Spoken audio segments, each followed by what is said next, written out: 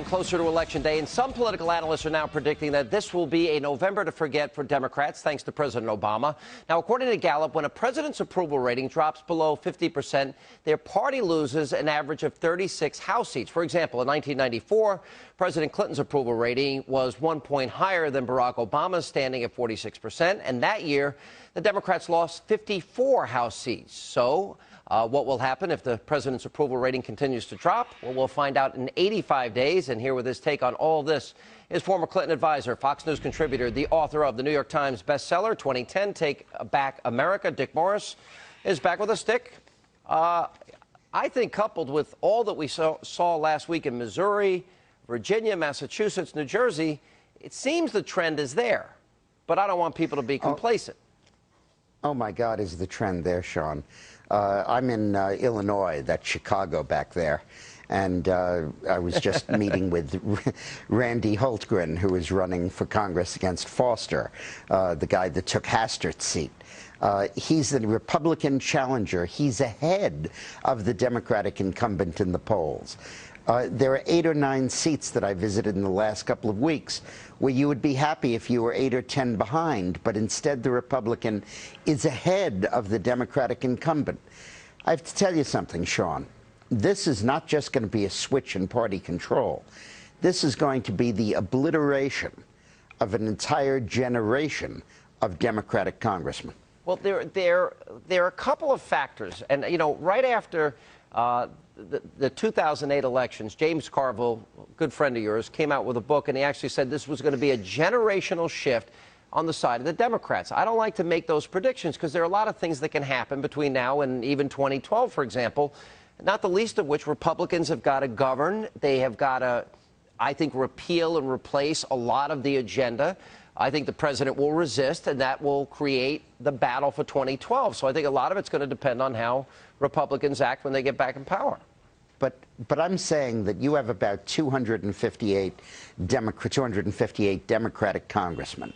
Of those, 60 or 70 of them are black and Latino, and they're in ethnic districts where there'll be some turnover, but not a huge amount. Another 30 or 40 or 50 of them are in white liberal districts, like the west side of Manhattan and stuff, and you're not going to do anything with those. Of the remaining, roughly about 130, 140 districts, more than half of them are going to lose. I mean, you are talking about a wholesale wipeout here. I don't know if there's ever been a margin of switch as great as we're looking at in 2010. And in the Senate, you're looking at something even significant. Sharon Angle had fallen behind, but now she's caught up with Harry Reid again. I think that Barbara Boxer has always been under 50. Dino Rossi in the state of Washington is now even with Patty Murray. And Russ Feingold, who's been looking for a safe district this side of Havana, is now running even with Ron Johnson in Wisconsin. And, you know, I wouldn't write off Connecticut. Linda McMahon could catch Blumenthal. I wouldn't write off New York. I think once the Republicans name an opponent, Kristen Gillibrand could lose.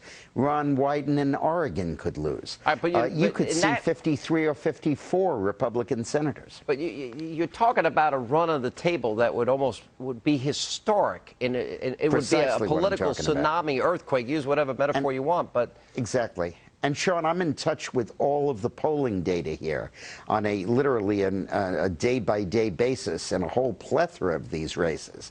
And you go into districts where you'd swear the Democrat would be ahead, and he's 7 or 8 points behind. All right, last question. You just came out, because I'm on dickmorris.com's mailing list, and I just got this about an hour or two ago, and you have, quote, strategic memo to Republicans, depersonalize the election. And I thought you made an interesting point here. You want to explain it? Yeah.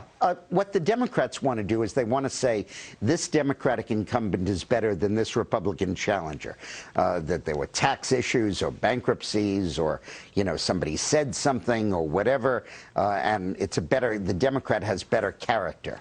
Well, look, when these guys are voting the way Pelosi tells them to 98% of the time, what do you need a congressman for? Elect a voting machine.